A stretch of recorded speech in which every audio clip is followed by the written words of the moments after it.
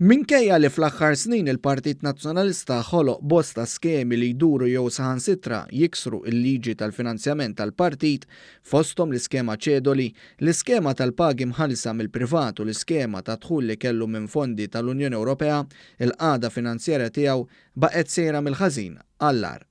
F'intervista fuq il-medja tal-Partit Nazzjonalista, l-eks segretarju ġenerali tal-partit Clyde Puli xejjen l-impressjoni li kienet ingħatat mit-tmexxija tal-eks kap tal-Partit Nazzjonalista Sami Busuttil li l-qagħda fil-partit kienet marret tal-aħjar u li kien qed jagħmel il-qlieħ. Jiġifieri inti diġà rejt sitwazzjoni diffiċli anke finanzjarjament. Żgur.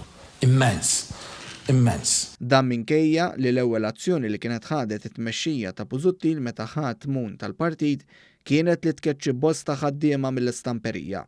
Saħansitra sar magħruf li kienu taw żieda fis-salarji tagħhom ta' 11% u daħlu nies parantela jaħdmu fil-partit. Bħalma kiteb fl-ittra ta' riżenja tiegħu, l-eks segretarju ġenerali tal-partit reġa' kien ċar fi kliemu dwar id-djun li sab ma' wiċċu.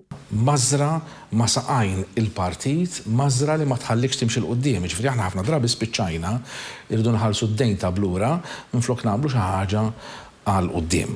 U dik ovvjament ixxekkel ukoll parti mill-ħedma tiegħek. Ważit jgħid li kieku ma sabx id-djun li sab taħtu l-Partit Nazzjonalista kien jagħmel surplus. Kieku ma kienx hemm dawk l-interessi, kieku ma kienx hemm dawk id-djun f'dawn is-sentejn u nofs li jagħmel taħti dan il-partit kien jimxi bil-profitti. Iżda mhux talli m'għamilx surplus talli fl-aħħar snin il-Partit Nazzjonalista kompla jżid mal-miljuni ta' djun li qed ikompli jiżdied kaġun ta' eluf ta' immaxxijiet kbar. Nistgħu mill-mistoqsija ftit antipatika, u ma nixtieq tgħid l-verità u anke forsi tagħtini ċifri li hemm bżonn.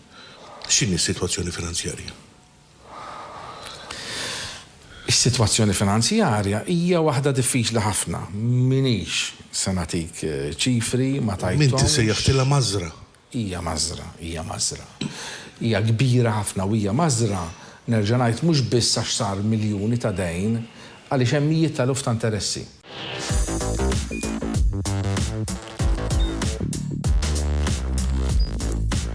Idħol fuq one.com.mt u hemmhekk tista' tara l-programmi kollha li jxandru fuq One permezz ta' One Play.